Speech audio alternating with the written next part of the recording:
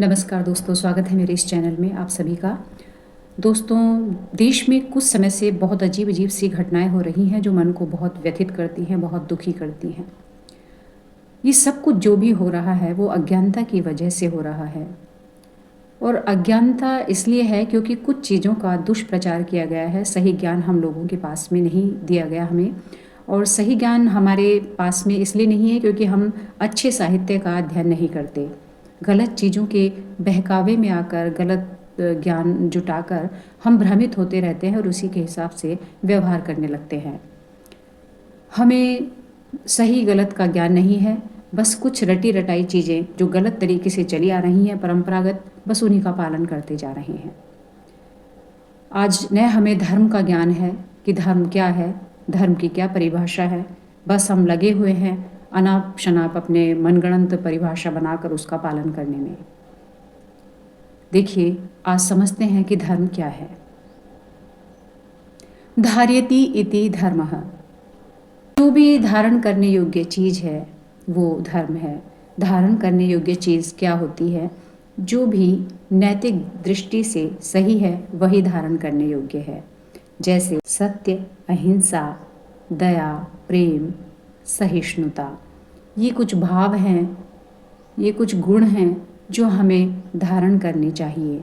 और जब हम इनको धारण करते हैं तो हम धार्मिक हो जाते हैं। ये गुण हमारे अंदर हैं तो हम धार्मिक हैं, और ये गुण हमारे अंदर नहीं हैं तो हम अधार्मिक हैं। धार्मिक होने का सिर्फ हम नाटक कर रहे हैं।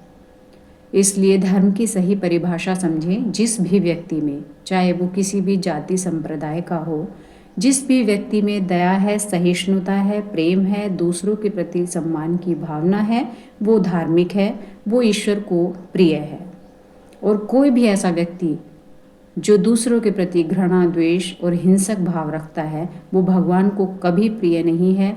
किसी भी ईश्वर के किसी भी रूप को आप मानते हैं उसको प्रिय नहीं है, क्योंकि ईश्वर एक है, एक तत्व है।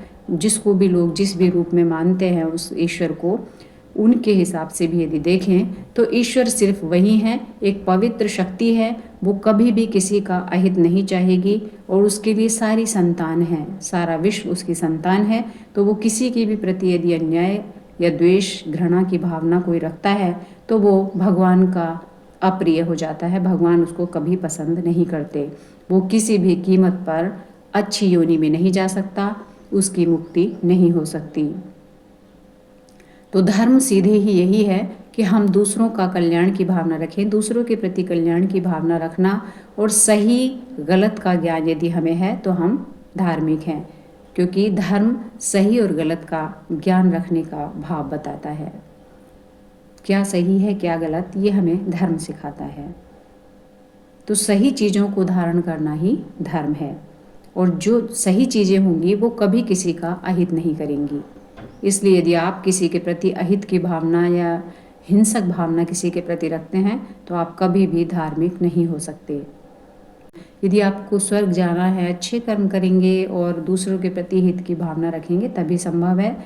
और क्योंकि धर्म के हिसाब से चलना ही हमें ईश्वर की तरफ ले जाता है। और यदि आप इस गलत फहमी में हैं कि आप कट्टरवादी बनकर अपने चीज़ों पर, गलत चीज़ों पर अड़े रहकर ईश्वर को प्रिय लगेंगे, तो पूर्णतः गलत फहमी है। इसलिए धार्मिक होने की सही परिभाषा समझें, दूसरों के कल्याण की भावना रखें। क्योंकि यदि आप इस परिभाषा को सही से नहीं समझते और अधार्मिक बनते हैं, धर्म के विरुद्ध आचरण करते हैं, तो भगवान श्री कृष्ण ने गीता में स्पष्ट कहा है कि यदा यदा हि धर्मस्य ग्लानिर्भवति भारत अभ्युत्थानम् अधर्मस्य तदात्मानं सृजाम्यहम् परित्राणाय च साधूनां विनाशाय च दुष्कृतां धर्म संस्थापनार्थाय संभवामि युगे युगे। यदि कोई धर्म के विरुद्ध आचरण करेगा, धर्म का जब जब नाश होगा, तो भगवान श्री कृष्ण किसी न किसी रूप में, कोई न कोई रूप धारण करके अवतरित जरूर होंगे। और अब वो समय आ ही चुका है, क्योंकि कलयुग अब चरम पर है और यहाँ धर्म का नाश होता जा रहा है। दिन ब दिन स्थिति बिगड़ रही है, इसलिए भगवान को अब अवतरित होना ही पड़ेगा। इसलिए सही से अच्छे कर्म कीजिए, धर्म की सही परिभाषा समझिए। जाति, संप्रदाय, इन चीज़ों को लेकर लड़ाई झगड़े न करें। सब ईश्वर की संतान है, सब प्रेम से रहें और दूसरों के कल्याण की भावना रखें, सर्वे भवन्तु सुखिनः की भावना रखें और वसुधैव कुटुम्बकम की भावना रखें और किसी भी जाति संप्रदायगत भेदभाव को अपने दिमाग में न आने दें, क्योंकि इससे पतन होगा। सिर्फ नैतिक पतन होते ही आप मनुष्यता खो देते हैं और आप बहुत नीची योनियों में जाने की तैयारी करने लगते हैं। इसलिए सही कर्म कीजिए, धर्म की सही परिभाषा समझिए, सही तरीके से इसका प्रचार कीजिए, सही ज्ञान अर्जित कीजिए। शुक्रिया दोस्तों, उम्मीद करती हूँ ये वीडियो आपको पसंद आई होगी। पसंद आती है तो प्लीज़ लाइक कीजिए, मेरे चैनल को सब्सक्राइब कीजिए, शेयर कीजिए। अपना प्यार यूँ ही बनाए रखिए और सभी के हित की हमेशा भावना रखें। शुक्रिया, आपका दिन मंगलमय हो। इन्हीं शुभकामनाओं के साथ विदा लेती हूँ। नमस्कार।